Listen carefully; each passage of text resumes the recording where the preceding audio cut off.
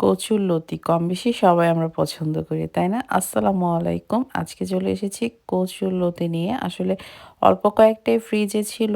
মানে একটা প্যাকেটের হয়তোবা হাফ আমি ভর্তা-টর্তা কিছু করেছিলাম।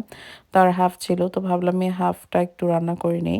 আর এখানে আমি কচুরলতিটা মানে লবণ দিয়ে কচলে ভালো করে ধুয়ে নিয়েছি। তারপর এখানে চিংড়ি মাছ দিলাম, আদা, রসুন, পেঁয়াজ পেস্ট দিয়েছি। পেঁয়াজ আর রসুনের পরিমাণটাই বেশি।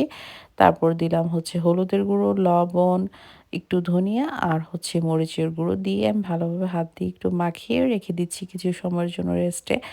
এরপর আমি এদিকে এটা রেস্টে রেখে আমি চলে আবার প্যান বসিয়ে দিয়েছি আর একটু তেল আর পেঁয়াজ। পেঁয়াজটা আর লাল করে ভাজি নাই।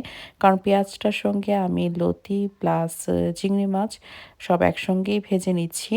একটু সময় নিয়ে চুলাটা একটু লো ফ্লেমে রেখে আমি কিছুটা সময় এই সবগুলো একত্রে ভেজে নেব। কচুরলতি তো কম বেশি সবাই আমরা পছন্দ করি অনেক, তাই না? আর এই রান্নাটা যে এত মজা হয় যে এটার মানে ১ প্লেটের জায়গায় ২ প্লেট মানে একটু খেলে মনে হবে যে আমি আরেকটু খাই। মানে এত বেশি টেস্টি হয়ে থাকে। তো এই যে এভাবে ভাজা হওয়ার পর দেন আমি পানি দিয়ে দিচ্ছি। মানে লতিটা যেন সুন্দরভাবে সেদ্ধ হয় আরকি। তো ওই পানি এইটুকু পানিতেই আমি পুরাটা রান্না করব। এবার আমি চুলাটা একদমই লো ফ্লেমে রেখে কিছু সময় রেখে দেব। পানিটা একদমই শুকিয়ে আসবে এবং লতিটাও সুন্দর সিদ্ধ হয়ে যাবে। এই যে আমার রান্না কিন্তু হয়ে গিয়েছে। আর আমি লতির তরকারি যেটা বলে বা লতির ভাজি, এটা দেখা যায় যে লতিটা আস্ত থেকে একটু ভাঙা হয়ে গেলে মানে একটু গলে গেলেই মনে হয় যে খেতে বেশি মজা লাগে। এটা কিন্তু আমি শুটকি দিয়ে করি নাই। জাস্ট হাতে মাখিয়ে নরমাল চিংড়ি মাছের লতি ভুনা, ভাজি এ টাইপের মানে একটা নাম হলেই হবে এটার।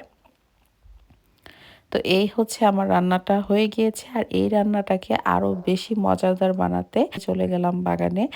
আর ফ্রেশ ধনিয়া পাতা নিয়ে আসলাম। আর ধনিয়া পাতা দেওয়ার পর তো এটার টেস্ট আরো দ্বিগুণ বেড়ে যাবে। আশা করি সবাই ভালো থাকবা, সুস্থ থাকবা। আল্লাহ হাফেজ।